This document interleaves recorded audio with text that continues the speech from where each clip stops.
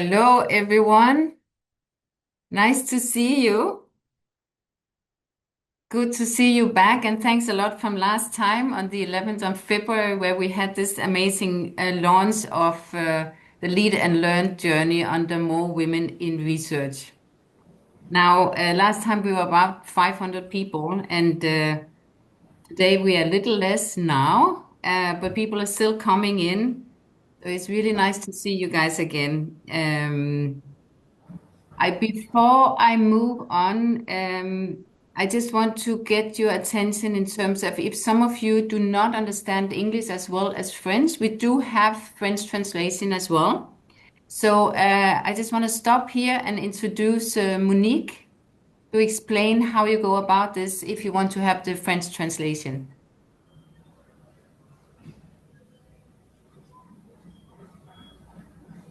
Alors, bonjour à tous et bienvenue dans cette session de formation. C'est un réel plaisir de vous accueillir. Alors, c'est une session qui va se dérouler en français et en anglais. Donc, vous aurez la possibilité d'écouter cette interview en français. N'hésitez pas à rejoindre la salle française pour pouvoir avoir tous les détails, tous les contours de ce cours en français. Nous attendons pas moins de 500 personnes. Alors, nous allons laisser le temps à tout le monde de pouvoir se connecter, de pouvoir se familiariser. Et n'hésitez pas à formuler dans le chat un petit mot d'où vous venez pour nous montrer un peu l'étendue de ce réseau. Merci. Thank you, Monique. So let's start. This session today is about one of the most essential topics for any researcher. It's how to get funding and understanding research grants. Um, Now, we are a lot of people here, and it would be amazing if we'd all introduce ourselves, but unfortunately, that will take like way too much time. So please write your name, your organization, and also your country in the chat. And since we're speaking about funding, if you have had any funding, please include which source it comes from, whether it's Horizons, it's DAD, Danida, CEDA, Foundation, a Master Foundation, anything. Please write it down so we kind of get an overview what kind of knowledge we have in terms of grants in the room. My name is Vibeke Quaid. I'm from Danida Fellowship Center, which is an institution under the Ministry of Foreign Affairs of Denmark. We design and implement learning and capacity building activities as part of Denmark's development cooperation, and we also support development research and university partnerships. We are by far not the only ones hosting this community of the Learn and Lead journey alone. We coordinated together with the Mavaso Institute, so I'm really delighted to be joined here today by Naliaka Odera, Communications Lead from the Mavaso Institute. Thank you. Thank you so much, Vibeke. And nice to see all of you here and coming in. Welcome, as Vibeke said. The Mawazo Institute is a Kenya-based organization dedicated to advancing African women's leadership in academia and in research, with a strong focus on mentorship, academic support, career development, and evidence-based approaches to strengthening the research ecosystems. We are so excited to be part of this movement with the Danida Fellowship Center for more women in research to learn and to lead together. As Vibeke mentioned earlier, today we're starting the first module of this journey on funding and research grants. So whether you are just starting your research journey or you're looking to strengthen your grant management skills, this module that we start today and that we will continue for the next few weeks with self-learning activities is designed to give you inspiration, practical insights, and the confidence to navigate the world of research funding successfully. Now, to kick off the module today, we have invited two inspiring women researchers from Rwanda and from Denmark. So we are pleased to welcome Dr. Peace Ubambaye. She's Associate Professor of Dental Public Health at the University of Rwanda, and also Dr. Margaret Holm Andersen, who is former chair of the Danida Fellowship Center and senior advisor for the Network Africa Leagues. In a little while, they will each share their real life funding journeys, the challenges and the strategies that they're using, and they will give advice. And you will also get a chance to speak with them or ask them questions. But Naliaka first. First, we also acknowledge that you're excited to get into the lessons and the materials that we have. So we do promise we will introduce you to our self-paced lessons, where to find them, on budgeting and financial management, and of course connect you with a supportive global community of peers. So if you've not already signed up to our WhatsApp group, please do it now. Elena will share a link in the chat that will allow you to connect with an already quite large group of women, over on WhatsApp. But before we begin, a few practical points, which Elena has already shared in the chat. Just to better your experience in participating in this, please keep your speaker view enabled, so then you'll be able to see the spotlighted speakers. Kindly remain muted while the speakers are presenting. You are also very welcome to keep your camera on so that we can see each other, but of course we respect if you feel uncomfortable with that. And then please use the chat throughout the whole session to ask questions and to share comments. At the end of the session, we're going to answer your questions and we will be sort of collecting them as we go. But we're also going to open the floor for further questions and comments, at which point we'll ask you to put your hand up and then state your question or your comment. Okay, then let's get ready to take notes and ask questions and be inspired. But another thing first, we have another one of our great colleagues here, Damaris, who is a fellowship program lead at Mavaso Institute. And she will introduce you now to the different components of this module. So over to you, Damaris. Hi, everyone. Before getting to the course overview, I would like to start by kindly asking us to fill in the pre-course survey that had earlier been shared in case you haven't filled it in. For ease of accessing, it will be shared here on the chat as well. We will give a few minutes to fill in the pre-course survey. I think I'll just go now to the course overview. Thank you to all those that have filled in the pre-course survey. In case you haven't, we're kindly going to encourage you or urge you to please do so before digging into the course.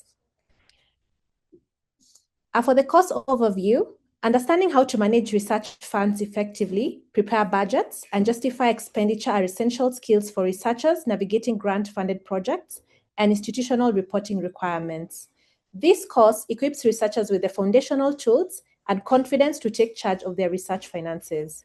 This module combines foundational Excel skills, proven budgeting practices, and lived foundational experiences.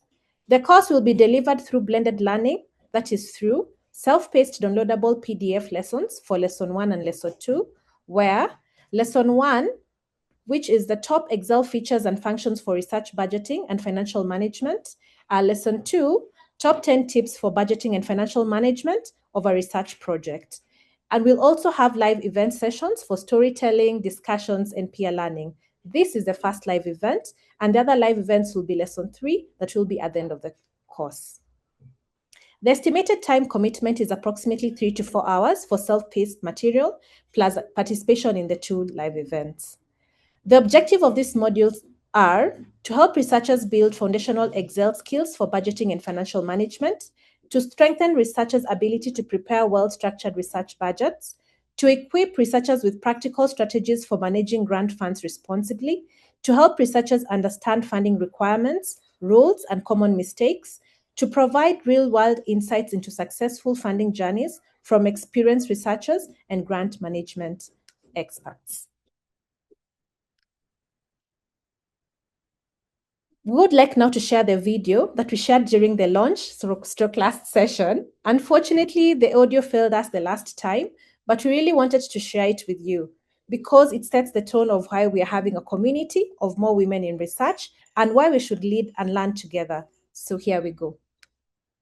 All around the world, women are having university degrees at the postgraduate level, but less than 30% of the global researchers are women. In Africa, of the 97 top-ranked universities, only 21% have women as chancellors, while only 26% have women as registrars. Something needs to be done. We need to start a conversation on how to bring more women into research. There is no country in the world that has reached gender parity yet. When we do not have enough women in research, we miss out on the opportunity for having women reflect the challenges that exist. When we miss women in research, we are missing perspectives of women in health, perspectives of women in education, how women think about technology. And that is important to note, because without these perspectives, it means we are missing out on interventions, on solutions that actually impact half of the population of the world. 50 women researchers across Africa gathered in Arusha in March this year. The discussion among these women resulted in creating a manifesto. And what a better place than to start by sharing it here with the 300 youth who are meeting for the YouLead Summit, discussing the future of education in Africa and why it matters. Where I'd like us to begin is breaking the glass ceiling. Speak up no matter what it takes. And here maybe we need to know that even when we are talking about glass ceiling, that's not the only challenge women face. They also suffer from sticky floors. So while you're struggling to heat up, there are also those who are struggling to keep you down. So we have to navigate both the glass ceiling and sticky floors. Thank you, Damaris, for introducing the course materials, and also thanks to the team to putting together that video. I hope that on some level there's already some excitement, there's already some good energy growing when you anticipate getting into this course material. And yeah, I'm already seeing all the comments in the chat and where everybody is from and everybody's experiences. And already I know we're going to have an interesting conversation today. But first, I am delighted to introduce our first guest speaker. She is Dr. Peace Uwambaye, who is a 2021 Mawazo Fellow and an Associate Professor of Dental Public Health at the University of Rwanda College of Medicine and Health Sciences in the School of Dentistry, where she is also the Deputy Dean. She has contributed to the authorship of about 20 peer-reviewed publications, and her research and academic training have provided her with some excellent exposure through fellowships and conferences. She has contributed to oral health promotions through different outreach activities, community engagement activities, and oral health promotion activities in primary schools in Rwanda. Welcome, welcome, welcome, Dr. Peace. Thank you so much. Thank you. So I thought it could be useful for everybody in the room here to really try to understand and walk along with you in your journey. If you could explain, what was your first major grant application like? Yeah, thank you so much, Naliaka. First of all, I'm very happy to come back as a proud Mawazo Fellow, Mawazo alumni. I like to be with Mawazo sisters and friends and networks. So for your question, I had two major grant application first time when I was still in early career research, as an early career researcher. The first one was my PhD scholarship. It was also a sort of a grant. So when we were applying for this grant, the funders were interested in maternal health. And for me, I was in dentistry. So I was like, people are saying, no, don't apply. This is for maternal. They are for medicine and nurses and midwives, so don't. So I tried to push and I applied, but I integrated the dental and then maternal health. So when the funder came, he was from Canada, they were introducing the applicants. They said, you have this many people from medicine, you have others from nursing and midwifery, and we have one from dentistry. And then he was like, what dentistry in maternal health? What is she doing? Then we went for the interviews, and I had tried to tailor my periodontal disease and then added maternal health because there's an effect of periodontal and pregnant outcomes and preeclampsia and low birth weight. So when I presented it was really a best fit. But before it was very stressful, was doubting, should I put out my application, should I go ahead? But it worked. So another one was about NIH. NIH grants are very stressful grants because they have very administrative things like you need to have collaborators, you need to have institutional support letters, you need to have support. There are many other documents that you need to work on for this NIH, and then you struggle with the imposter syndrome. Am I able to apply for this? Can I leave this? You feel like you are not confident. So those are my major grants that I applied for some years before. Thank you. Thanks. I think what's so especially interesting about you and your research journey is how connected your research journey, your funding journey is with your research focus. As you said, that change to really emphasizing oral hygiene and maternal healthcare became now something that has lasted a lot longer than that one application. So I wonder if you can tell us a bit about that evolution of your passion in research, and then also maybe looking at the other side of what are some of maybe the barriers that you've experienced in your research journey. Yeah, thank you. The evolution of my research and the passion to do it, I'm from dentistry background, as I said, and we have challenges with periodontal diseases. It is the second biggest disease in oral diseases.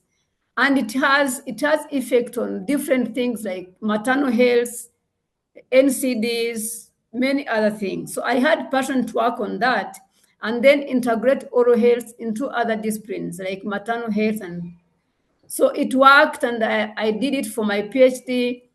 I continued to do community engagements with the help of Mawazo, and I reach out to different health centers and facilities to talk to women and nurses who work in antenatal to see how this periodontal can be had and can be integrated in maternal health so that we can at least prevent the pregnancy outcome. So it has worked, and I'm very happy for that.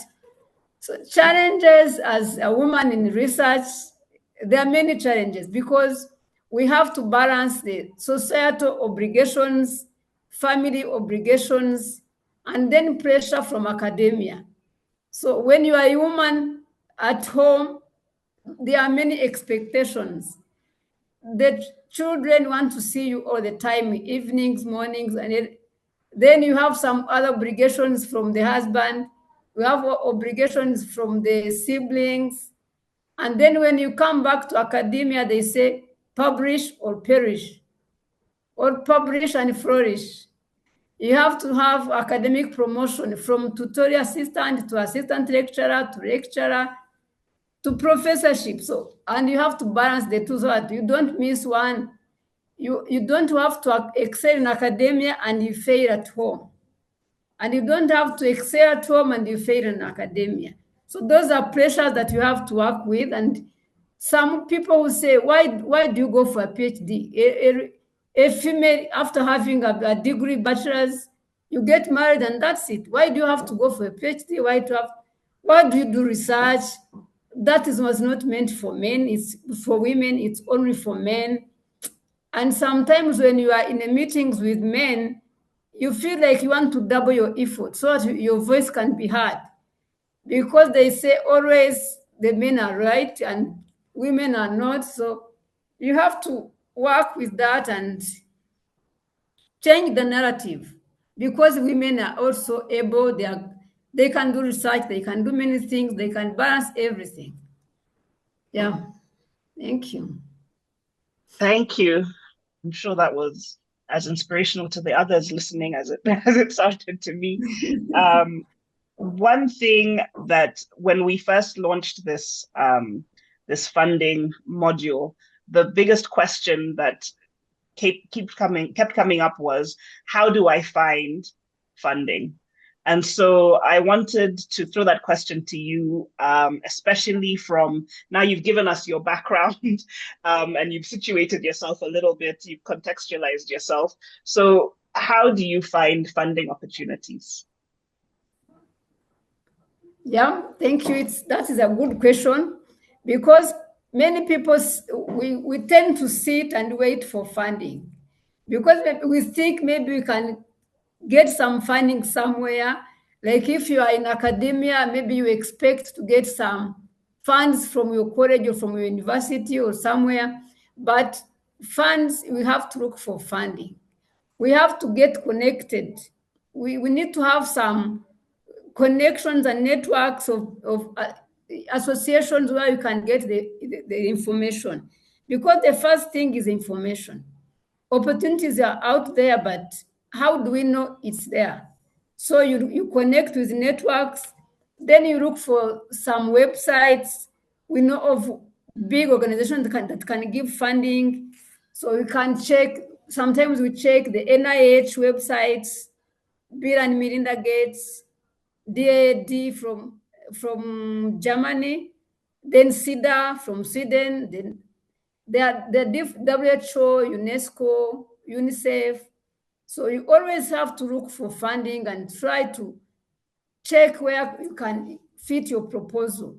So there are many calls, and then if you go to their websites, you always check for the calls for grants, and if you look for it seriously, and then check your mentors and supervisors who have been getting the grants, ask them the information, tell them to tell you whenever you have the calls, and also their professional networks. Like in the university, sometimes they have platforms where they share information, associations and organizations. So please link out and you'll get information. So, and then start looking for funding.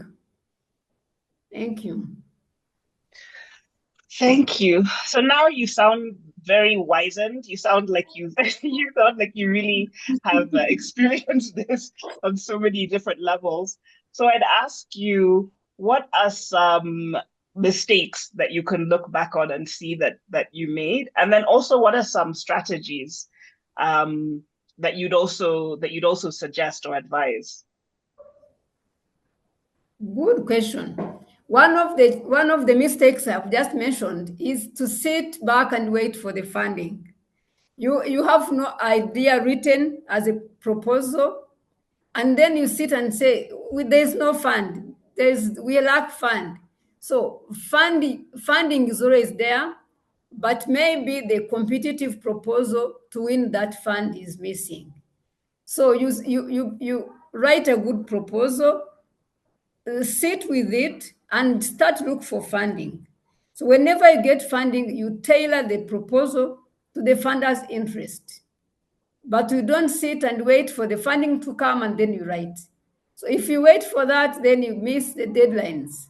Because they fix some deadline, then you start writing, and there are many things involved in that. So sometimes you miss the instructions because you are in hurry, you miss deadlines.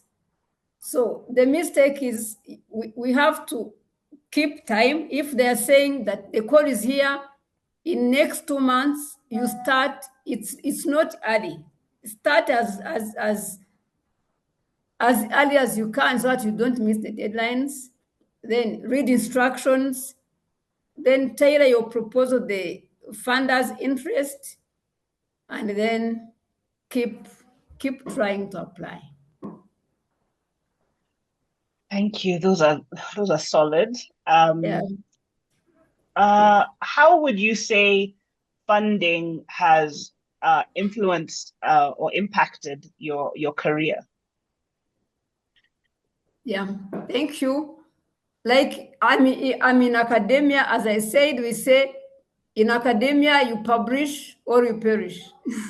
So if you don't have funding, you don't do research, you don't publish, and you're just there, you're stuck. If you start as a tutorial assistant, you remain there because you're not progressing. So first thing, when you do research and you publish and then you can grow vertically from one academic rank to another, but also you give back the community. If you have some funding to solve something in the community, you do it with that research. So from a student to an early career researcher to an independent researcher is through funding. So if you have fund, you are able to do everything. You mentor your juniors, you do everything, because if you don't have fund, you don't have even motivation to do research.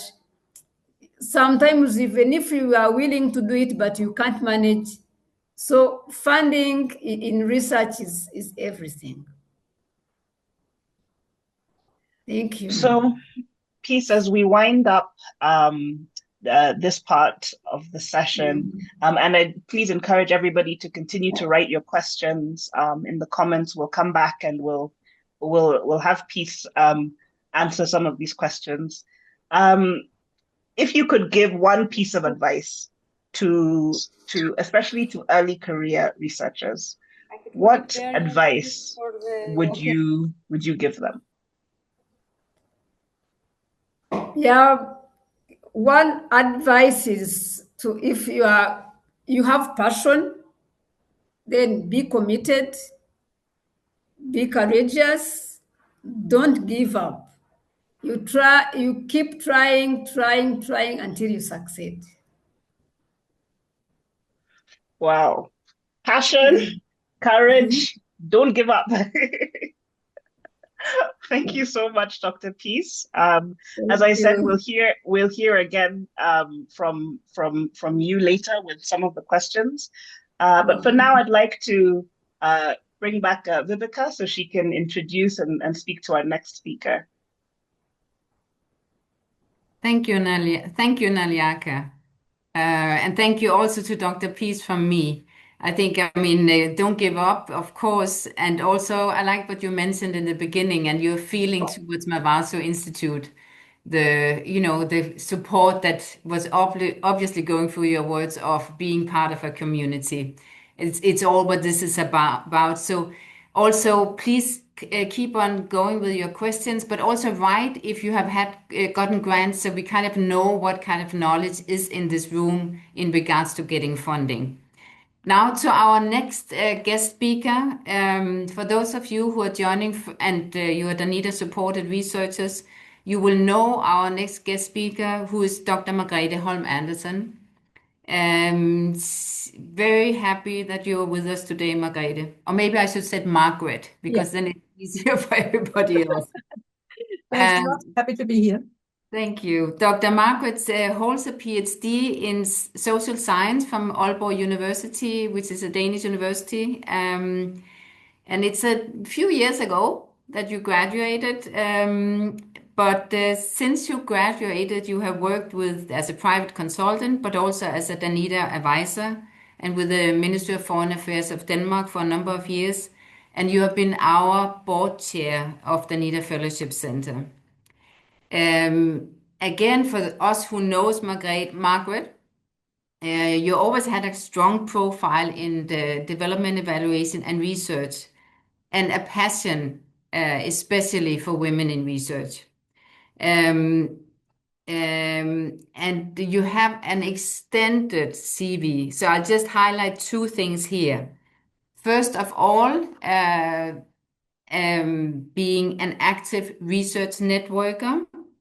So that also meant that Margaret joined Aalborg University again 15 years ago to support the development of the African network on the economics of learning, innovation, competence building systems called Africa Leagues.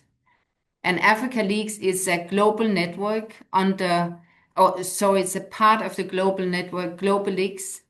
And it's a research network that brings together scholars, policymakers, institutions interested in innovation, knowledge, and learning systems that contribute to the development in Africa. And it's supported financially by CEDA. So that's the first main profile of Dr. Margaret here today. The other side is that there are actually two sides to Dr. Margaret, and that is that she has been the chair of the NIDA Fellowship Center, and that means that she has experience from the grant providing side. And as a researcher and networker, of course, also experience from the grant receiving side. So we will hopefully dive into these two sides today. So we are very happy that you are with us. Welcome again, Dr. Margaret. Thank you. And thanks for the overwhelming introduction. Now, there are so many things we could start asking you about. So I think I'm just going to start from the beginning and ask, when did you apply for the grant the first time? Was it in your early days as a PhD student or? Yeah, so a bit like Peace, I had to apply for the funding for my PhD, but at the time, Danish universities, goes back to 1988, remember? So at the time, the universities in Denmark had quite a lot of independent funding for PhDs. So I applied, and after submitting my research proposal, which focused on women in politics in Tanzania, I actually got the position to do my PhD at Aalborg University. And then after completing my PhD, I decided to leave academia. I was like, I need some other types of experiences as well in my life. And then when I came back, my first big and large-scale grant application actually was an application to the Swedish International Development Agency, SIDA, for support to the Africa Leaks network that you have mentioned already. And I did that application together with very dedicated women from two. I want to mention Dr. Anne Kingiri from the African Center for Technology Studies, and also Professor Rebecca Hanlin, who is now at UJ in South Africa. And we have been working a lot together, and I just wanted to mention them upfront because nothing of what I'm talking about today would have been there without that great collaboration. Thank you for that acknowledgement. But what motivated all of you to start this and go into it? So let me start with my. I think we were motivated by a shared concern that there was not much going on in the academic field of innovation and development in African countries. Well, you could say in a way everything is about innovation and development, right? But there was this urge from the Global X network to actually do more to develop research capacity in this field. So that was a big and strong motivation.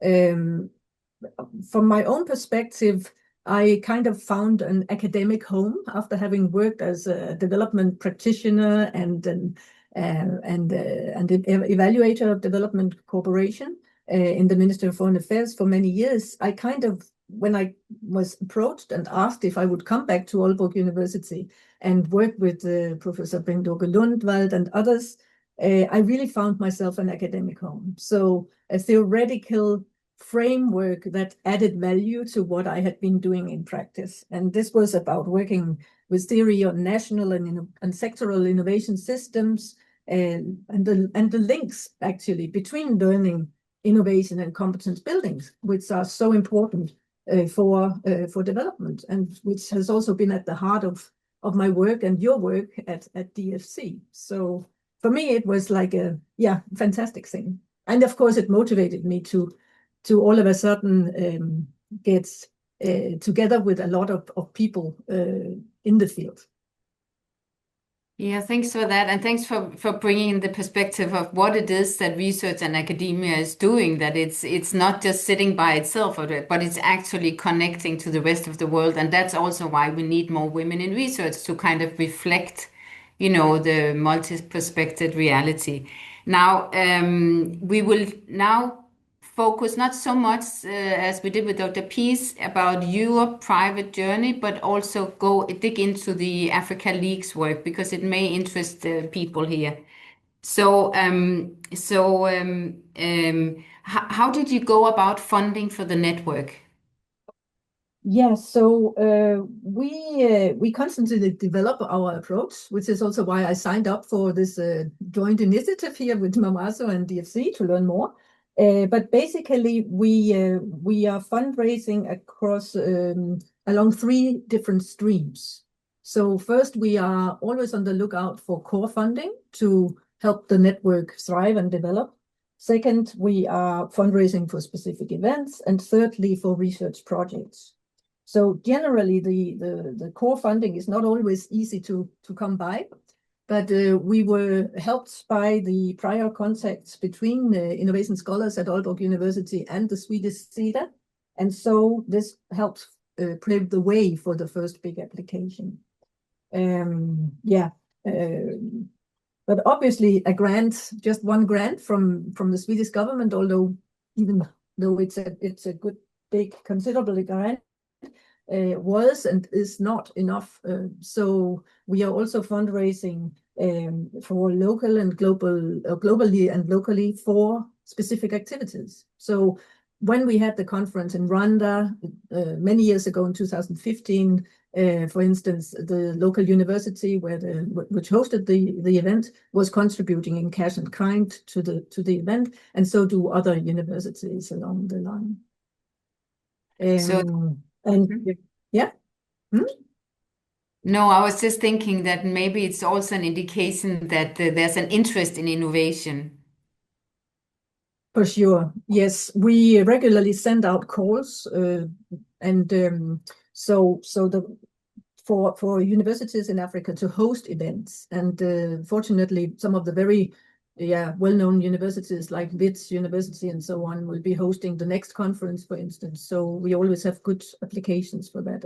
And yes, you're right. There's a strong interest at the continental level and the national levels to promote science, technology, and innovation generally. So yes, a new strategy has just come out, as you may know, STISA, I think it's 2030 something, whatever. Yeah, so there's a lot going on in the field, yes. So now you have been successful in getting SIDA funding, but also getting funding from other streams. So what do you think has been part of catering to this success? Yeah, so I would say that at least the success of maintaining funding. I mean, I think Peace talked very much about what it takes, that you need to really be aggressive in your fundraising. You can't just sit back. It will not work. You need to develop proposals, look out for what is for the options and so on. But what we have done and which have added to our success for keeping that funding flow going from SIDA, I think has been first to be committed to actually delivering on our promises. Second, to be documenting our results and learning from our experiences, but both good and bad ones. And then thirdly, to be open and transparent about the challenges that we are facing. Because of course you can't run a project over 13, I think we're now into our 13th year or something like that, 12, 14 years. I mean, you can't do that without meeting challenges. And one of the big challenges, for instance, we faced was during the COVID-19. And of course, we then had to use that as, be creative. We started doing a lot of online activities, which actually added value to the program, in particular to the visiting fellowship program that we are running. And where we have about 40% women, by the way, 40%. Not bad, not bad.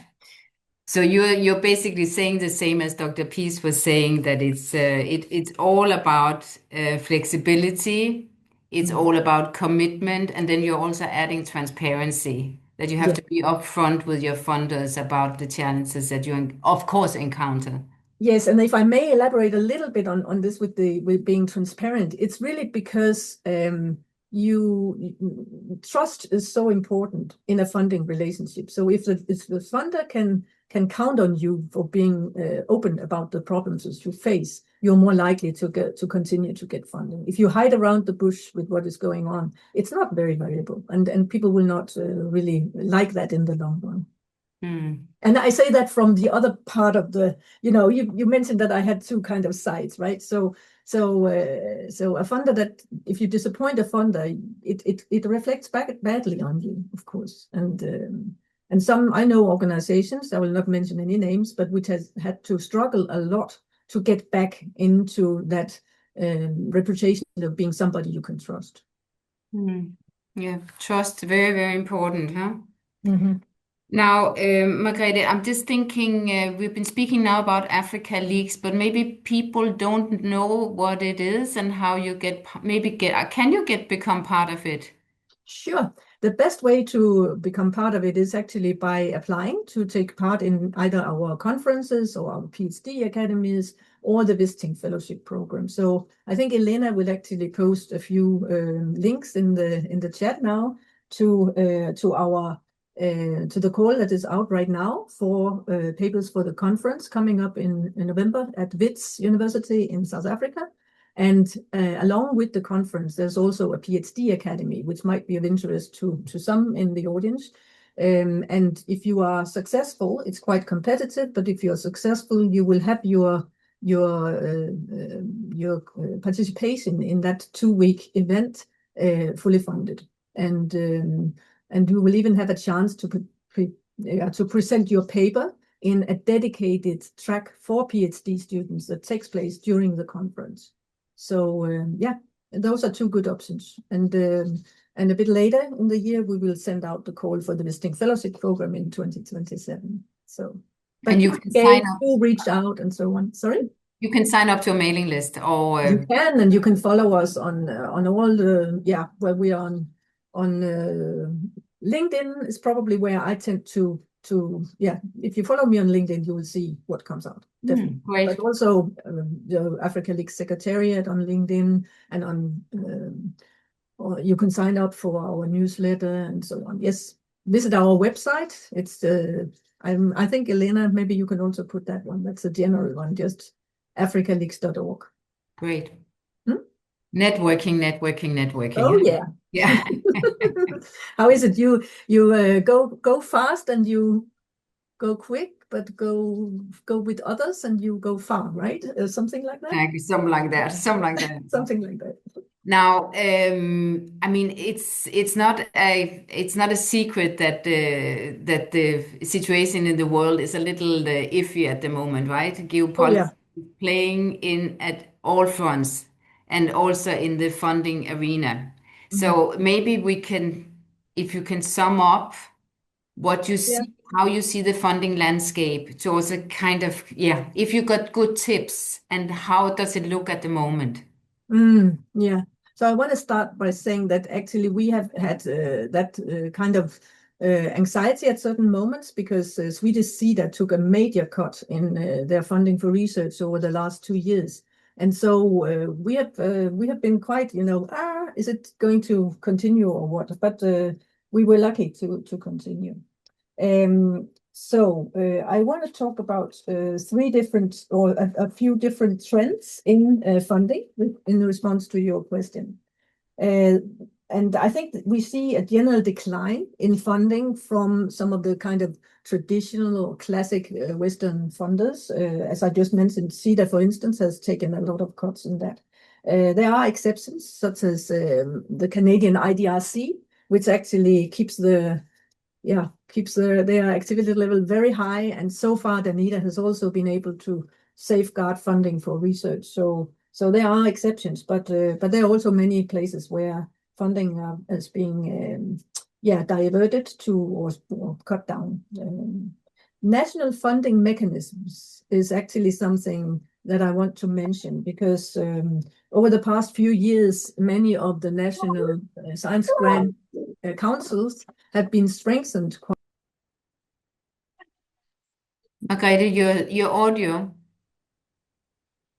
How did that happen? Oh, I don't know. Use the national. Let's pick up on the national. Okay. So the national funding mechanisms are important, and science grant councils in many African countries, for instance, have been really considerably strengthened over the past few years through a strategic effort funded by Canadian SIDA, but also supported by the UK and Sweden and so on.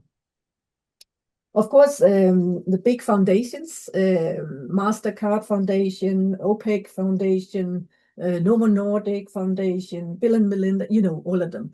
They are a big, source, pots of funding there, but can be difficult to access. And just like the EU funding, which I think Peace mentioned, the Horizon and whatnot, it takes a lot of efforts to have, you have to have dedicated and good institutions because these things are very competitive. And so it's not maybe that's not maybe where you start, but if you link up with researchers who already have access, then maybe you stand a better chance. And then, of course, there are newer or other opportunities like partnerships with China and other South collaborating systems that you could link up with. And finally, I would like to mention that we have been experimented a bit with crowdfunding, where people who actually have benefited from the Africa Leaks network, they agree themselves to put in a bit of funding for supporting young scholars who attend our conferences. So travel support is a major concern for many young PhD students, and you shouldn't underestimate. Even if you can just give, $100 or $50 even, if you pull it together, that type of crowdfunding can also help more people to get access to actually presenting their work, get the feedback and the mentoring from senior researchers within the field of innovation and development. This is great. Many, many good tips. Thank you so much. Now, if we could ask you for the last question to sum up, what advice would you give early career researchers? Yeah, so first of all, I want to say finding funding may be difficult, but it's not impossible. So difficult, but not impossible. And you need to be rigorous in your research. You need to reach out and be willing to learn. So these are some of the things, at least, that I can think of that are important. And irrespective of which funder that you decide to go for, I cannot emphasize enough that you must actually be very dedicated. And as Peace was mentioning, read the calls carefully, reply to everything that the donor or the funder wants to know, and be patient and start on time. Start on time. Yeah, because I get people, sometimes when the NIDA call is out, I get the mails from people I know from all over, and they come like a week or 2 weeks before and say, "Hi, we want to submit a request for a concept note," and that's just not good enough. You will not make it to the point where you actually are able to get funding if you start so late. You need to start early. Okay. Thank you so much. Thank you so much for all this great information, and for emphasizing as well that you got to start in time, and not rush in last minute. Thank you so much. We'll get a chance to speak with Margrethe again, because I think, Naliaka, you're going to take over now. And we're going to have a little exercise, and then we'll have Peace and Margrethe in the same setting, answering questions. Yeah, thank you. Thank you so much, Vibeke. Thank you so much, Dr. Margaret. I apologize for saying Dr. Margaret, but I feel like at least that's more accurate to you. Now we kind of want to start hearing from you guys a little bit. The chat is very active. We're seeing all of your questions and all of your comments. We are noting them. We're saving them. We're saving them for later. And as Vibeke said, we will be answering those questions. There's questions that are both for the speakers, and then there's questions that are also for the Danida team and also for the Moazo team. So we're noting all of them, and we will definitely have space and time for that. But now we wanted to interact with you a bit more and get a better understanding of kind of where you are in your funding grant application journey. So Elena is going to share a link to a Mentimeter poll. If you can click on that link, it'll take you to a site where we would like you to answer the question, what is the biggest grant challenge that you have encountered in your research journey? So if you can answer with one word, maximum 3 words, what will happen is that as you answer, more and more of the responses will come in, and I think we'll start to find that some of them are kind of similar. Some of our experiences are a bit similar, and that'll help us also tailor the rest of the conversation to the needs in the room. So again, Elena has shared the link. It's a Mentimeter link, and the question you're answering is, what is the biggest grant challenge that you have encountered in your research journey?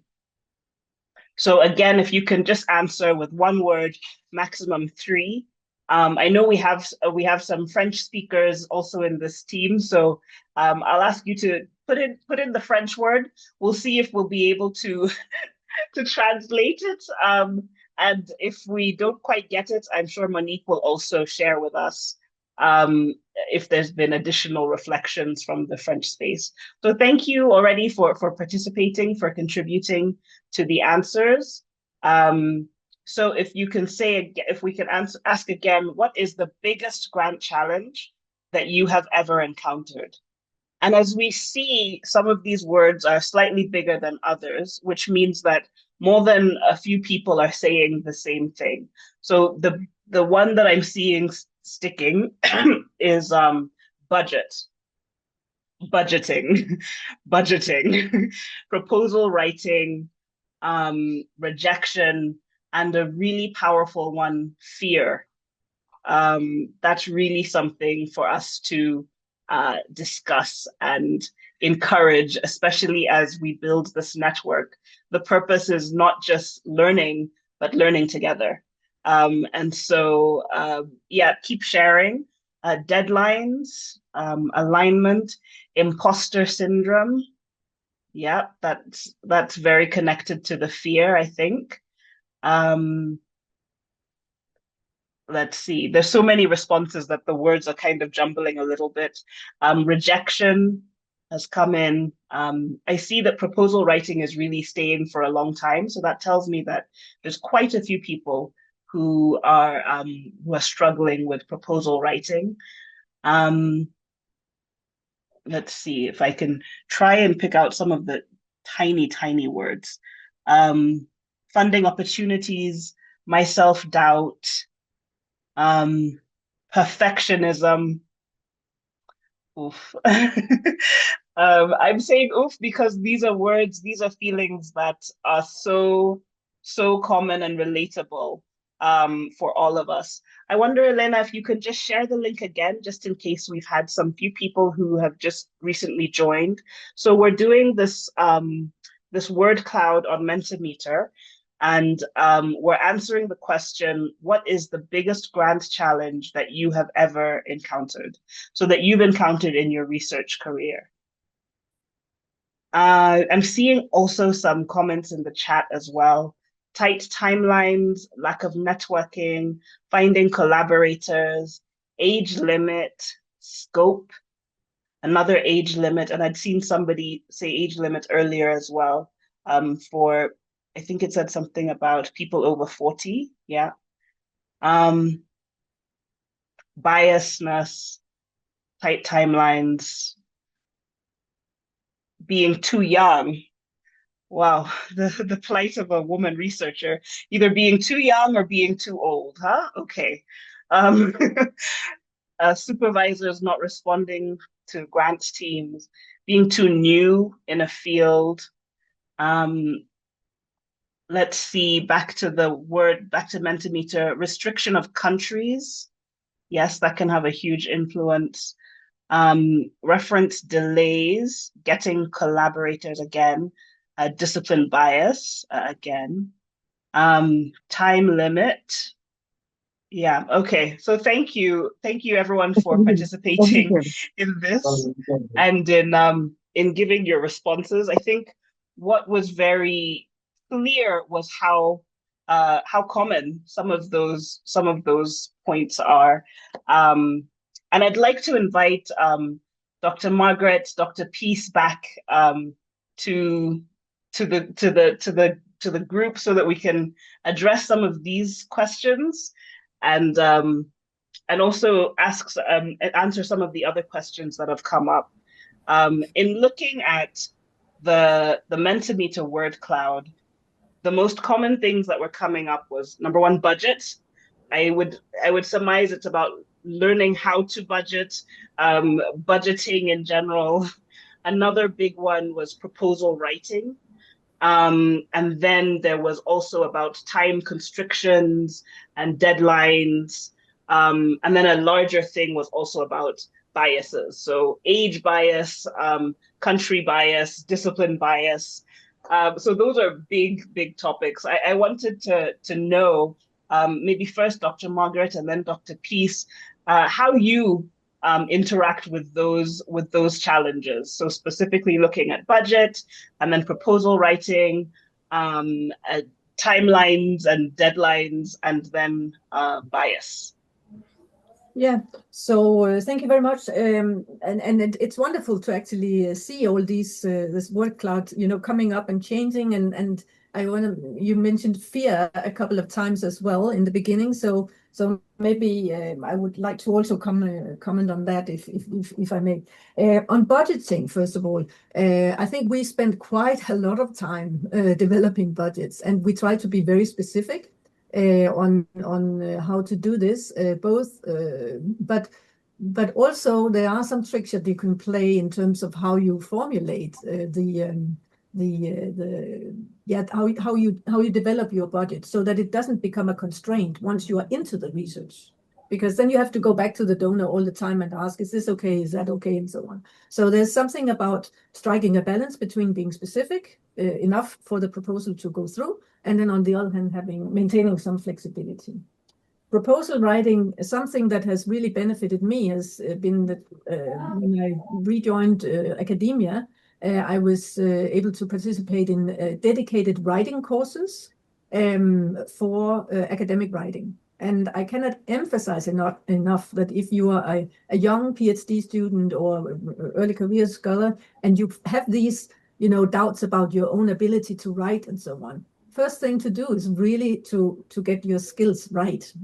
To get some experience and some good tips on writing courses. So we now run with Africa Leaks. We actually do run online writing courses that help the PhD students in the beginning of their journey to improve these skills, and also later to actually do academic journal writing. So that's about the fears. There's a lot you can do to overcome imposter syndromes and so on. Deadlines and time, that is tricky because everybody is busy, right? So the only advice I have on that is basically to plan well in advance, right? And maybe also make, there's something called writing snacks, which are small bits and pieces that things you can do in a shorter while than you actually think you need. And if you are strategic about how to use these different tools that we teach in the writing course, then you can go far. Let me stop there. Well, there's the 8 disciplinary biases and so on. So in Africa Leaks, we don't have an 8 limit. You can apply if you qualify. In other terms, we don't have an 8 bias or 8 delimitation, and disciplinary. We're also very broad. So the key thing is you still need to justify why you are relevant for what we do. So why is your research, just like Peace had to combine that maternity, the dentist issue with the maternity call, right? I thought that was very inspiring, and that's exactly what it's about. If you can justify vis-a-vis a call what you're doing, that it's relevant, then you stand a better chance. Let me stop there.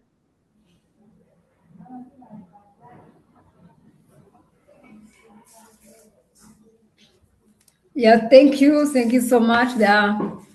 I think there are many things mentioned, and some of them have been answered by Margaret. But about budgeting, I know some institutions have pre-award services. They have some offices to offer that service and help them do budgeting. But it's something that you can learn on your own. If you don't have that office to offer the service, then it's something that you can also learn to do. Your budgeting and your financial management goes with it, because even if they help you do budget, but if you earn that grant, you need to know how to manage it. So budgeting and financial management, it has to be, I think, a skill that you have to learn as a researcher. So there's no way you can go without.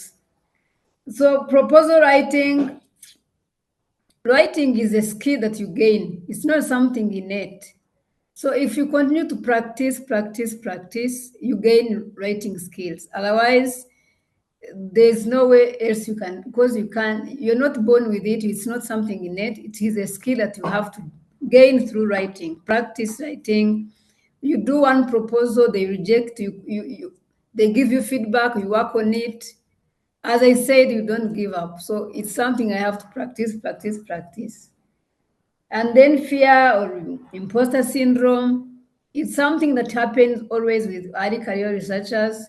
But sometimes how to go about it, you first work with other team members as a co-author, as co-principal investigator, co-investigator, as a member in the group.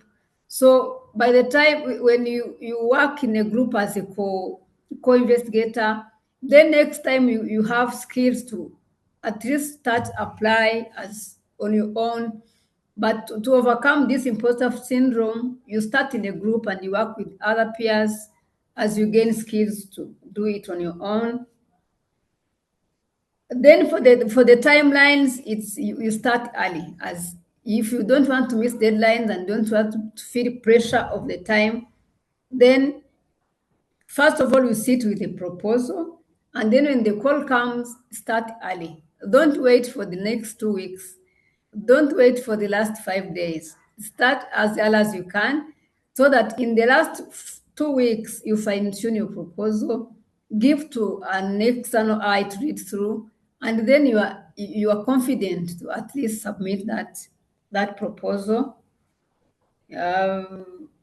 Finding collaborators is through networking. If you don't have your own, go through your mentors, supervisors, other established researchers to connect you to the collaborators slowly by slowly.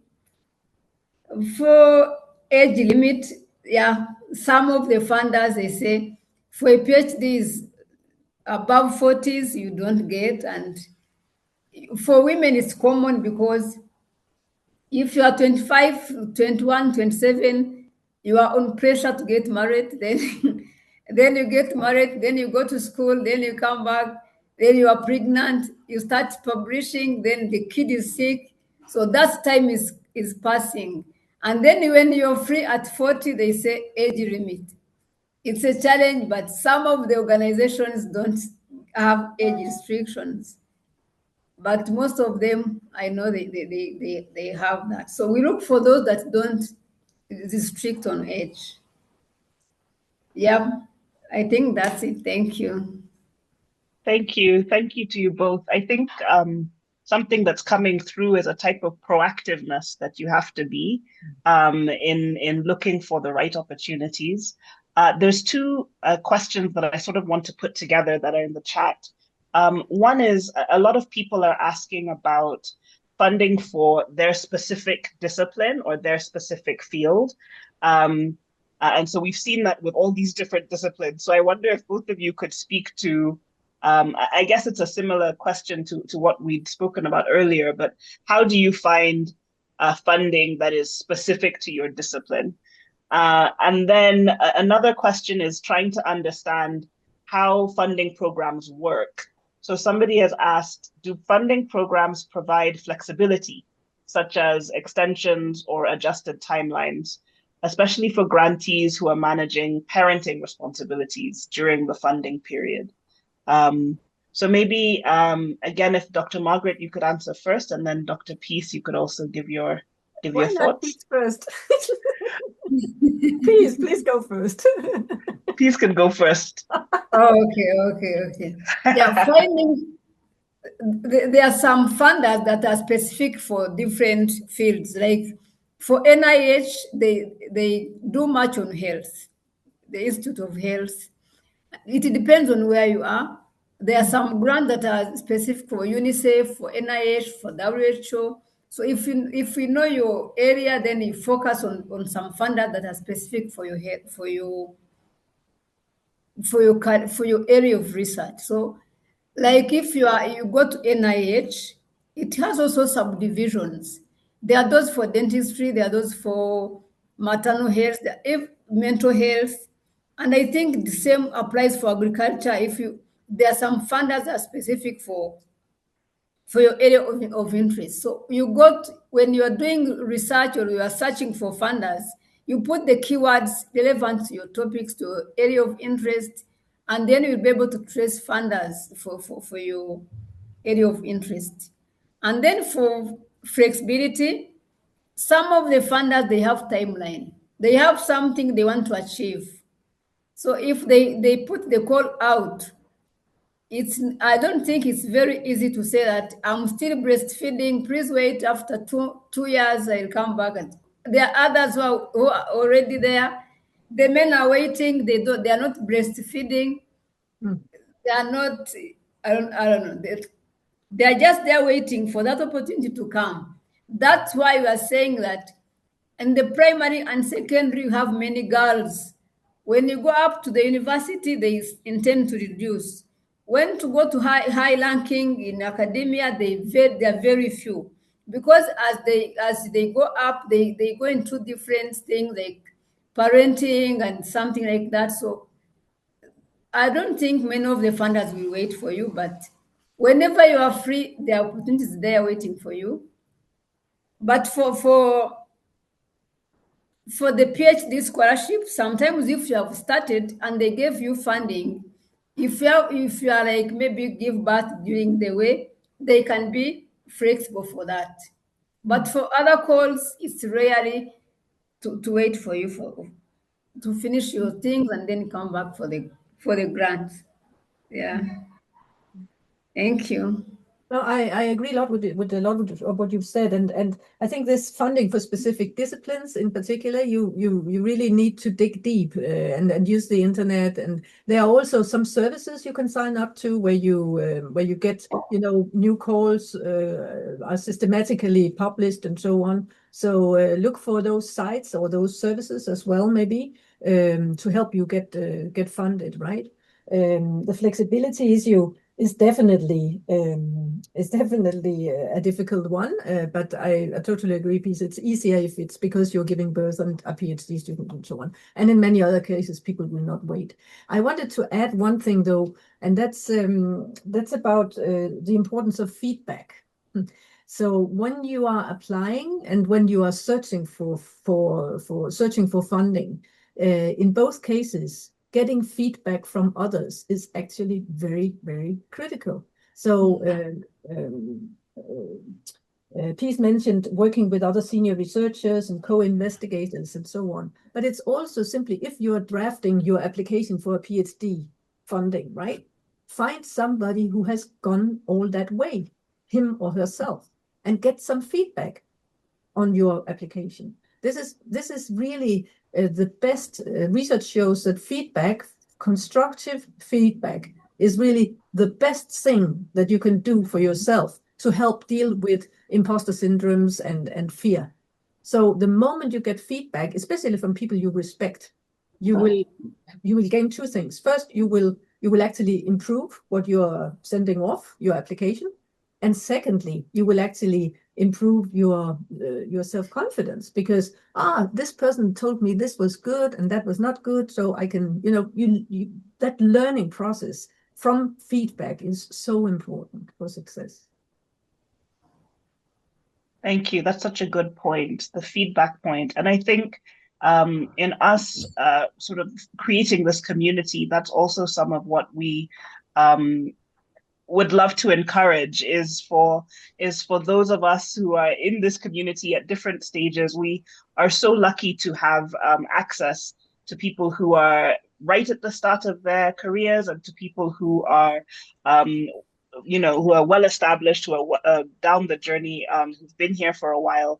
And so often turning to your neighbor, to your peer, is a really great way to start that process of creating a network, building a community, and getting some of that feedback as well. There was a question that was sort of harking back to Peace's presentation, where she talked about identifying burning issues and then tying your application to it. And so, of course, the great example that you gave was the oral hygiene and maternal health care. I think the person was seeking inspiration, maybe, as to how they would even go about thinking like that. So maybe Dr. Peace, if you could answer that, and then if Dr. Margaret, after Dr. Peace has spoken, if you could answer, we're getting a lot of questions about researchers with master's degrees, and where do they fit in this funding ecosystem, and what is there for them, and how can they plug in? So maybe after Dr. Peace has answered, you can also address that. Yeah, thank you. When funders put out the calls, they have their area of interest. They have what they want. So whenever you are doing your proposal, you're doing your concept note, you need to find the impact that someone wants. Because the funders don't like the idea, they don't like the methodology, they like the impact you are promising. If someone is interested in maternal health, however much you do your good research in dentistry, in climate change, in something, they're not interested.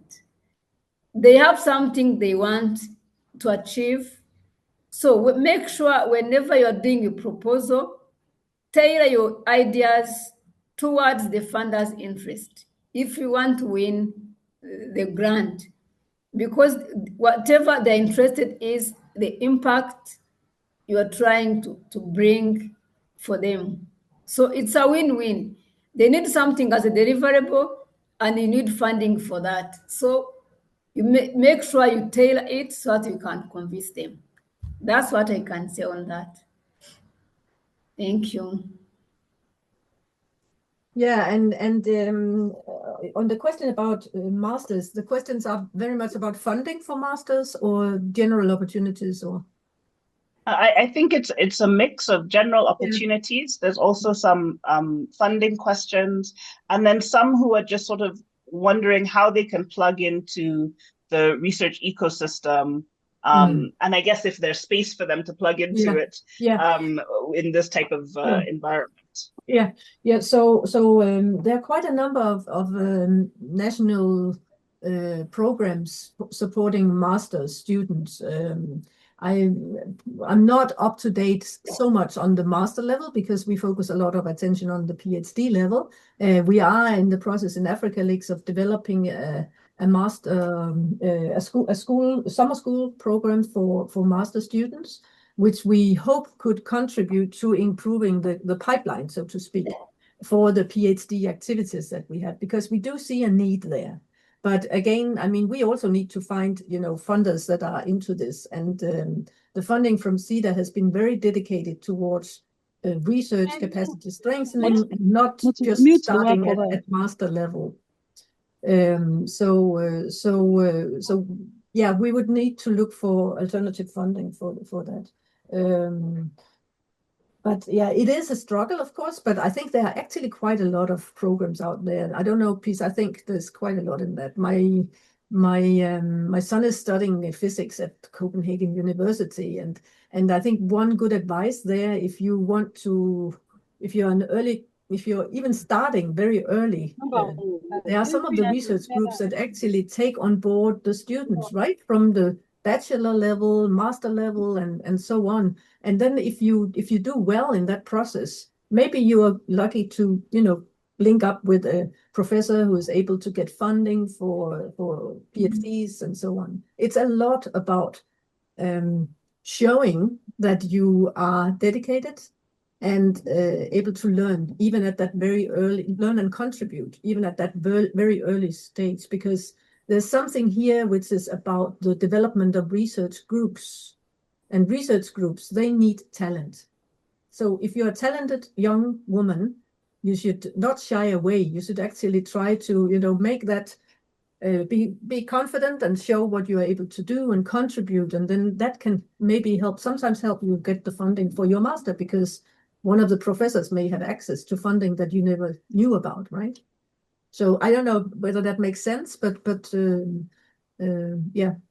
I think it's very different from one discipline to the other, at least in Denmark, enormous differences. So within they call it the wet areas, the technique and so on, there's a lot of funding available, while in social sciences and humanities, it's a different story. I mean, people, yeah.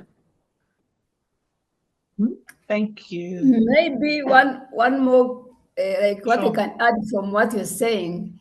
If you are able to pitch your idea, sometimes you have an idea, but you can't explain it to a funder. So if you can pitch it in 3 minutes, someone said, if you have a project and you can't teach it to a 6-year-old and get it, then it's not your project. So you should be able to pitch your idea and convince the funder. Thank you. Exactly. Maybe team up with a small group. If you know others who are interested, then try to pitch to each other. I mean, yeah, wonderful. Yeah. There's 2 questions that are about, I guess, specifically doing the grant proposal writing and the specific grant applications. So the first one, and we've had this in different forms throughout, is asking about the use of AI when putting together a grant and proposal. I'll leave that as quite an open question. You could answer how you'd like to. And then the another question is asking about does the presence of names of renowned researchers in your grant application have an added advantage? So the first question is about AI use in grant writing, and the second is about like whether you should, drop a few names in there. Yeah. Peace, do you want me to go first, or you want to go first? You can go first. It's okay. So the writing proposals and the use of AI is something, I mean, right now where I teach at Copenhagen University, I teach PhD students in health, actually at the department there. And it's an introductory course that needs to get them onboarded to the PhD journey. So they are taking like 565 students per year are being enrolled. So it's a big chunk of people. And to make that effective, they need each and every one of the PhD students to actually be as effective and as much onto the journey as possible. And one of the questions that come up now is the question of AI. Can we use it or can we not? And what I've seen is that you have 2 completely different approaches among professors, even among PhD schools, and everybody is struggling with this right now. And the things are moving so fast. You can't, it's very tricky area to enter in. And I think the same goes for the funding. We will start seeing a lot of reflections on this. So can you actually trust something, Vibeke, that you are receiving at DFC as an application, whatever, right? So therefore we need to really think about this. I would say using, this concept of AI, basically a lot of this is about language models, large language models, and they do not think by themselves, and they're not clever. That's my opinion. So, and they're certainly not strategic. So, but if you want to use them for getting ideas or for correcting your spelling mistakes or getting a more diversified language and so on, be my guest, that's fine. But the real hardcore thinking of what are the tricky issues that I want to address in my research and the reasons why your funders should fund you, those you will not get from AI. I'm very convinced about that. And even, simple things like doing a good minutes from a meeting and so on, sometimes I end up using too much time just correcting things. It would have been easier to make the minutes myself. I will stop there because if I get on with this, I have a lot of opinions about it. At the physics, when Niels Bohr, the famous Danish physicist, he was teaching, they the students, they have to submit in handwriting. They use chalk on the board to make their to do the exercises. And there's a very good reason for that. The reason is that it stimulates your thinking, your mind. If you leave everything to the AI, you will never get anywhere. And now I'll stop.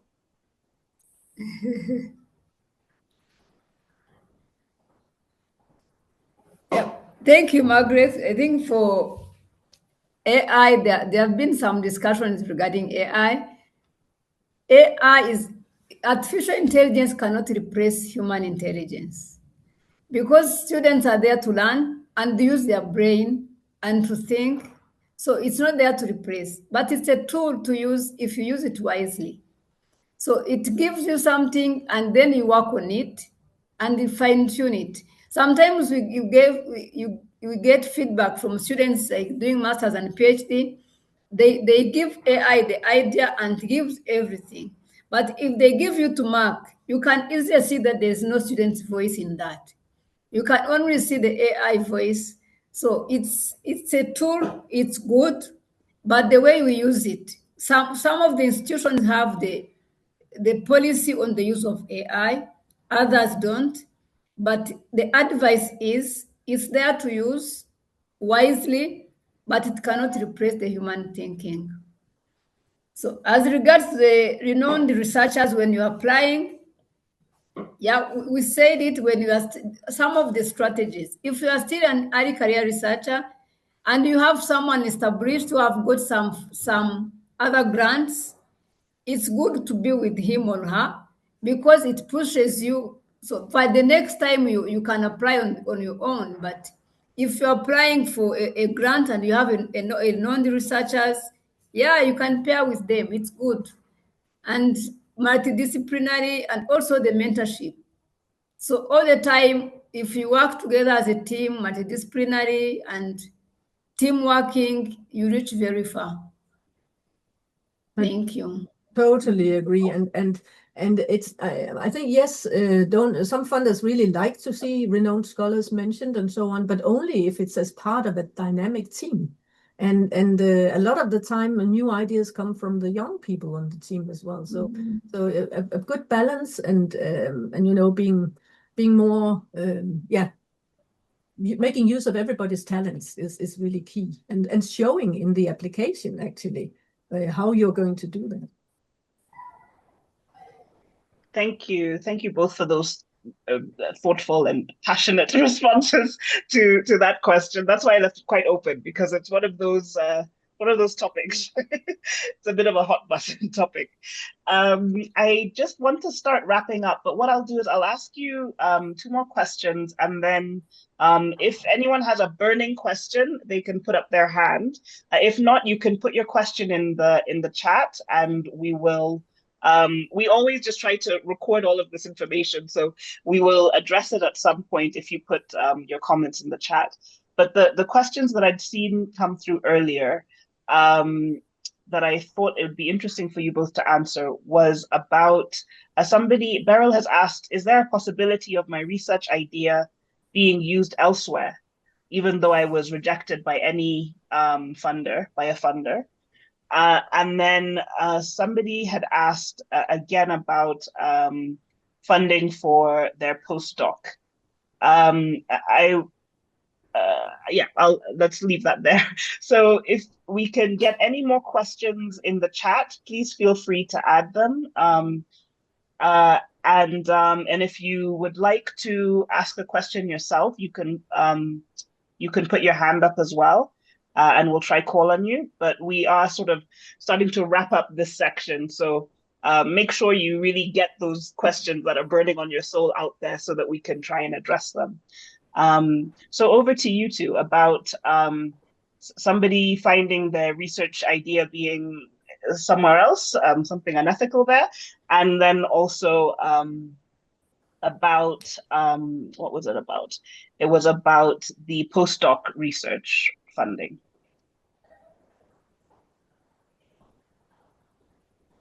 Maybe Peace, you can go first. Yep. Yeah, someone's idea being rejected somewhere and putting it another.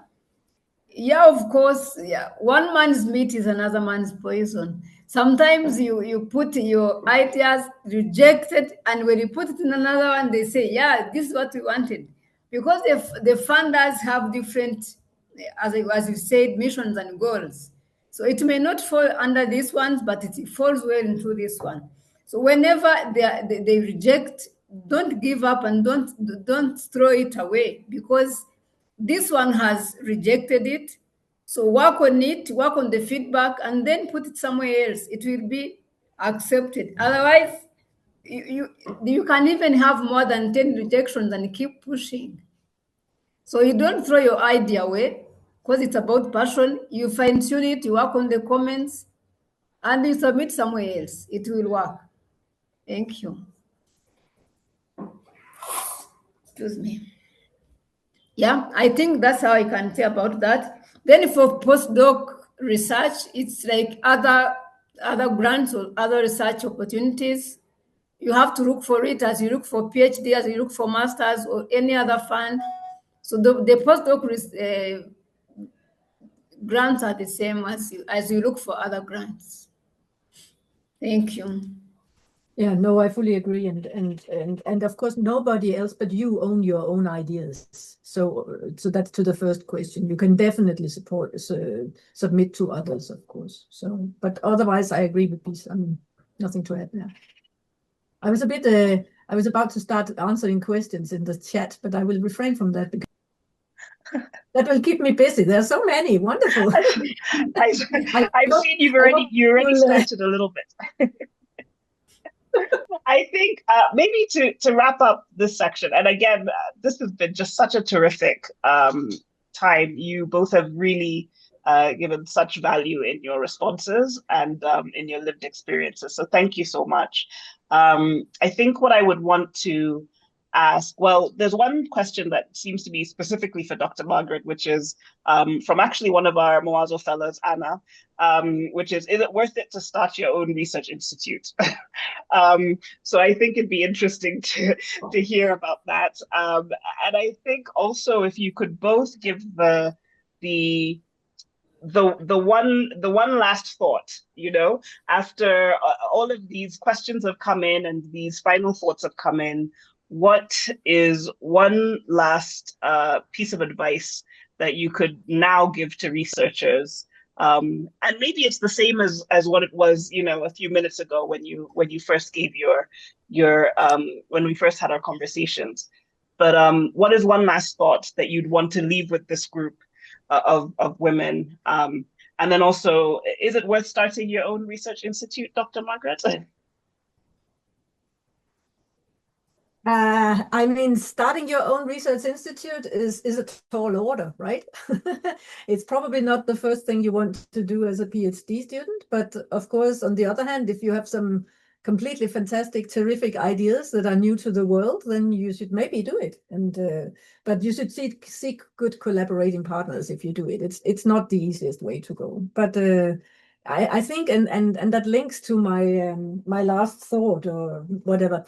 I think my last thought would actually come from the way people have interacted today, the many questions, in the sense that I want to encourage everybody to continue being as curious as you have been today and posing lots of good questions, but also to continue being critical. Critical sense is paramount in everything today, in life, but also in academia. So not the type of criticism that that amounts to sticky floor thinking. I mean, keeping others down. That's not the type of critique we are after, but constructive criticism, which can help people. If you practice that, and if you work with your own ability to receive good and constructive feedback, then you can actually go far. Thank you. Thank you so much, Dr. Margaret. And Dr. Peace, what's your final thought after this session? Yeah, I would say that we change the narrative of saying there are no funding, but maybe the inability to make the competitive proposals for funding. So try as much as possible to do your proposal well, competitive, then look for funding, and also establish your niche.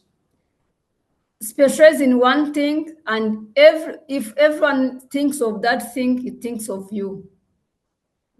Yeah. Thank you. Wow, thank you so much to both of you. This was beautiful. This was really lovely. I'd like to invite back Vibeka, as there's been a lot of questions, both from the previous time and today, about how all of this is running, and some questions that are a bit more structural. So welcome back, Vibeka. Thank you. And thank you to both of you, to Dr. Peace and Dr. Margaret, for an amazing experience listening to you and answering all these questions. And thank you so much for all the questions as well, because I mean, everybody gets inspired and gets knowledge from these kinds of conversations.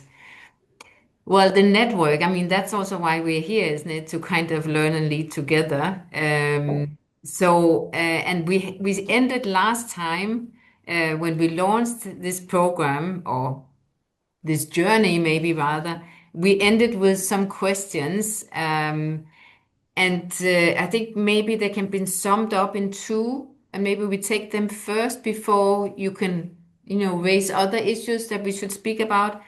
The first one was about how we use each other. And there's one answer. The first answer would be the WhatsApp group. Please sign up for the WhatsApp group, because it means that you will get invitations.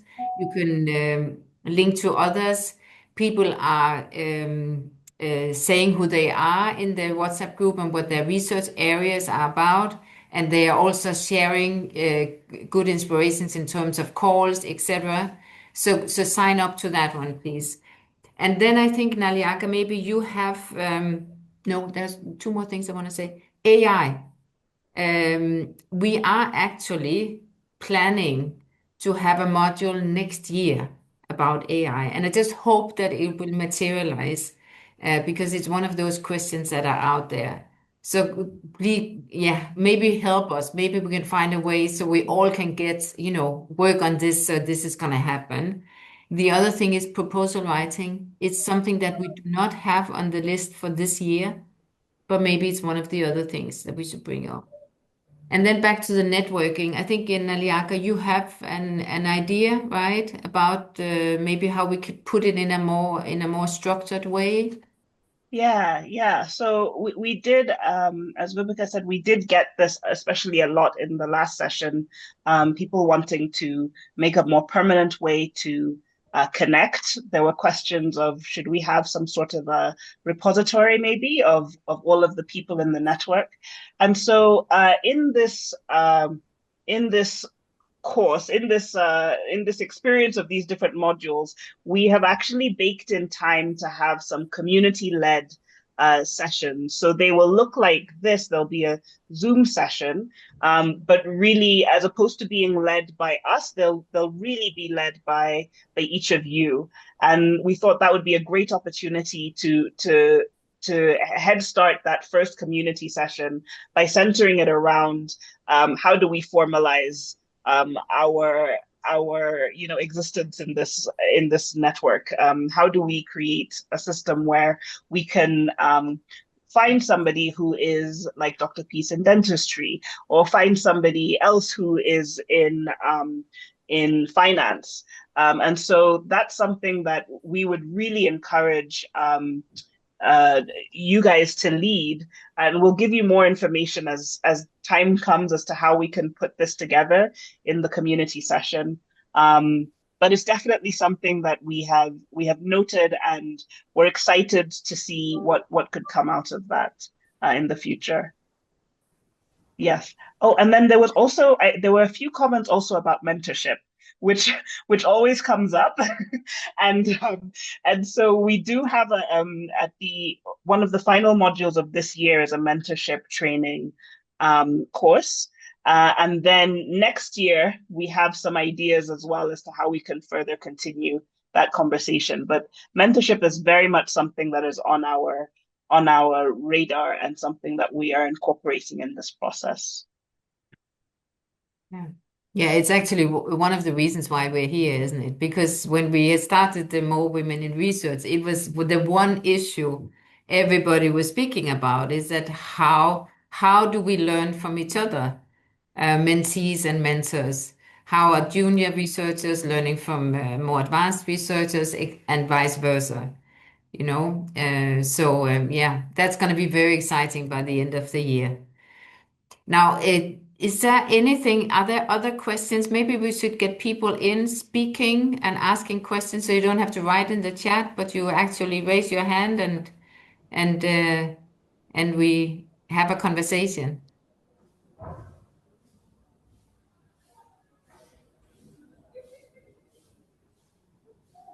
Anyone with questions or comments before we end the session?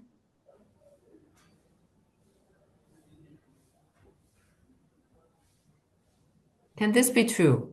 I have a question. No, somebody's there. Yes, please, Alberta. Sorry. Yeah, hi. Okay, good afternoon. Just wondering how, my name is Faith, sorry, I should have been, I am a senior research scientist at the Kenya Institute of Climate Research in Nairobi, Kenya. And the question I have is just what would your advice be in terms of exhaustion, you know, as a woman scientist, you know, with just as you began and you said all these hats that we wear, and then you find yourself in a bit of administrative, you want your research to go on, you have the home front you need to take care of, you have yourself, but it gets to a point there's that exhaustion that sets in and writing just becomes, you know, something that you keep putting aside. So just how would you, I mean, what would you say about that and how would you, you know, what would be your comment?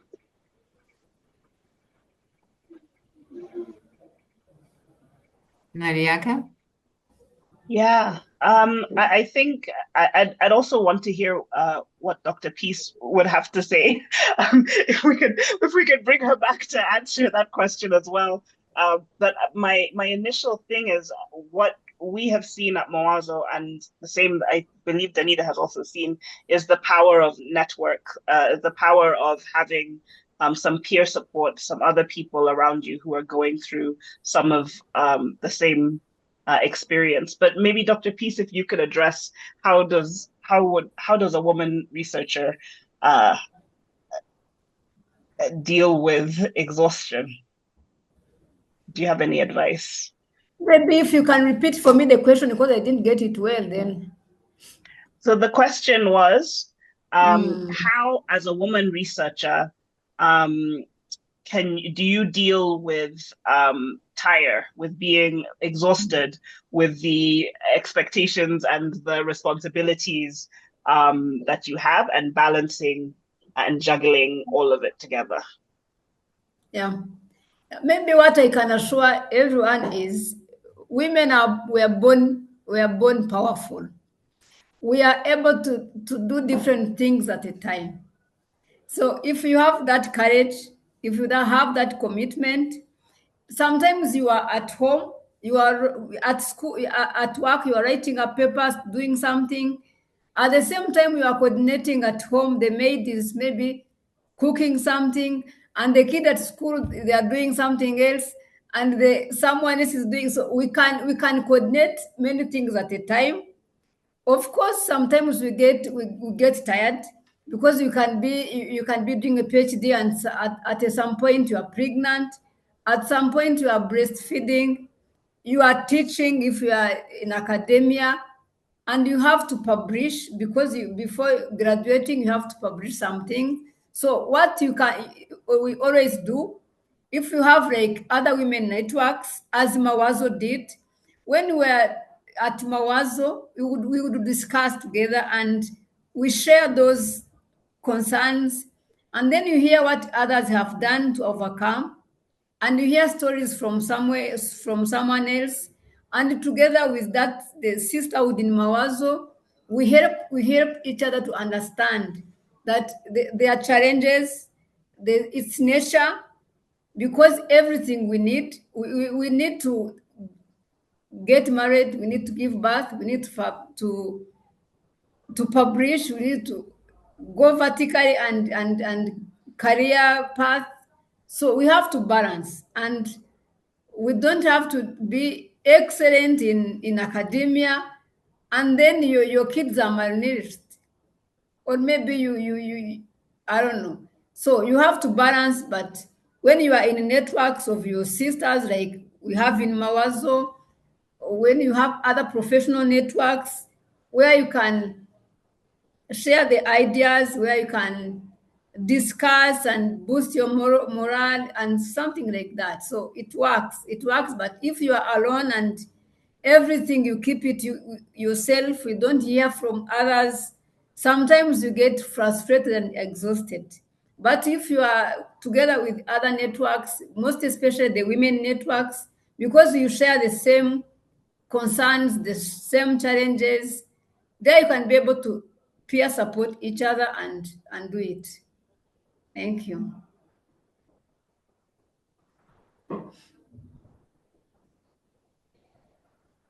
Okay. Thanks so Can I- much. Thank you. Now, should we see if Alberta is still here? Yes, Yes. yes. All right. Thank you very much. So I'm Alberta Makafi Adocho. I'm Ghanaian, but I'm a third year student at the Stellenbosch Business School. I'm doing my PhD in development finance. Now, my concern is more of a concern, not even a question or a comment, but my concern is that being in the finance space has been quite challenging getting funding opportunities.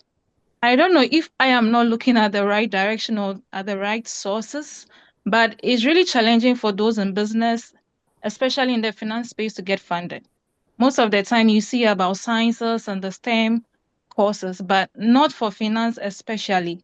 Is it that I'm not looking at the right places, or there's just not enough funding for the finance space? Because it's been like 3 years now trying to get funding, and it's been quite challenging and exhausting. Yeah.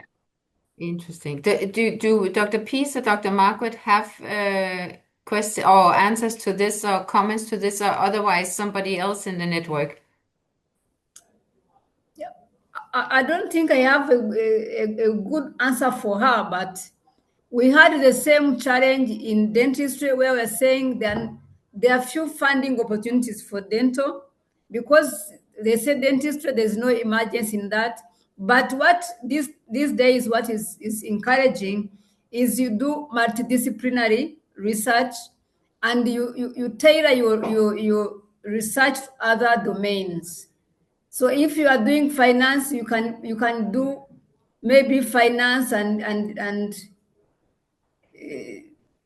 climate change, finance and something else. So if you do multidisciplinary and you try to do your area, but put in another area of research, and then it can work. I think it works because sometimes we try to tie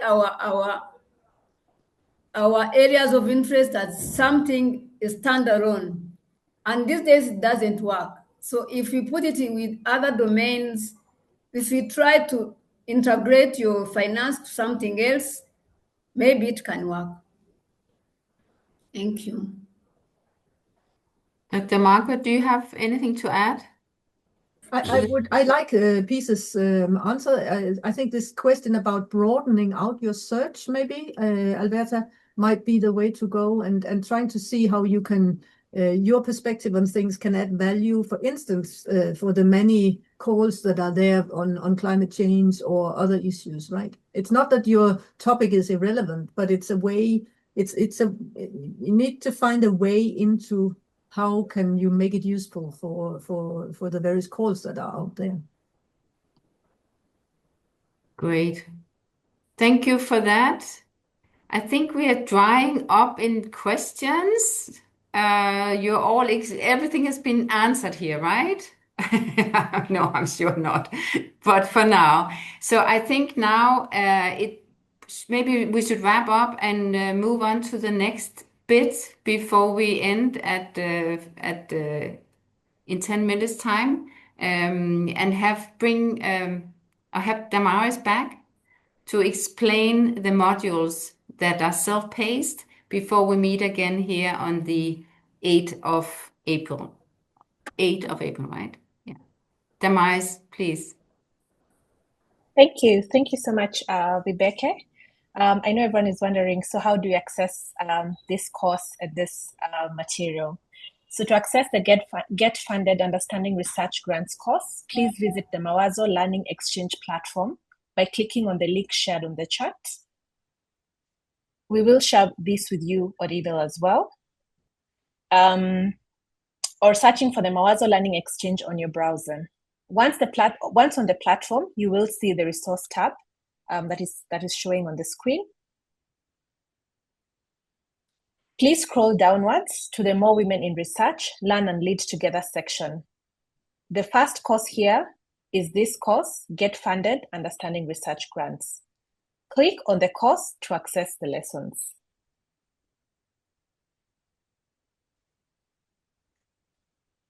You will see the lesson plan, the self-paced PDF downloadable lessons, that is lesson 1 and lesson 2, and additional audio visual material, as you can see on the screen. The self-paced learning period will be between today, 5th March 2026 to 8th April 2026, which is about 5 weeks. We will then have lesson 3 as a closing live learning exchange session on 8th April 2026. I would like to mention that the course is also available in both English and French. On the resource page, at the top right side, you will see the English tab. Once you put your cursor there, you will see the French option. I think I'm going to pause there in case anyone has any questions or comments on how to access the course material.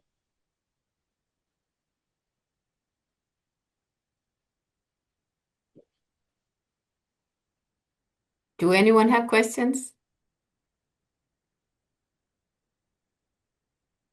Okay.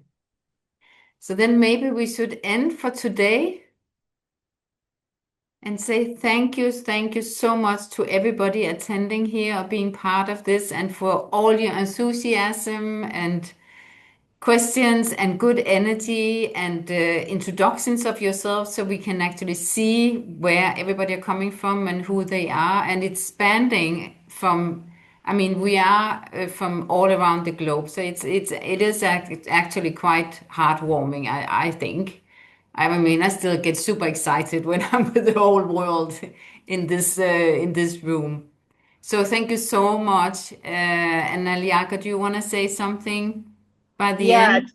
Just to say thank you again for your participation. I feel like our comment section was even more alive than it was in our first thing, and I hope we just continue to be as involved. Elena has shared the WhatsApp link, and I think if you have any more of these conversations that you want to start, or questions or concerns, it would be a really good space to ask some of those questions as well. We're also going to share a recording of this session with everybody who is here. Everyone here is officially on the mailing list, so you'll get a recording of this, and we also have a YouTube playlist that also has the video of our first launch, as well as this one, which we'll be adding to every time we have a new session. So thank you so much, everybody, and thank you again to our speakers as well for your fantastic input today. It was really terrific. Thank you so much. Thank you. Thanks for excellent facilitation, Naliaka, and it was wonderful to be here today. Thank you. Bye-bye. Bye. Thank Bye you. bye, everyone. See you on the 8th. Yes. Or in the self-paced learning. Thank you. Bye. Bye bye.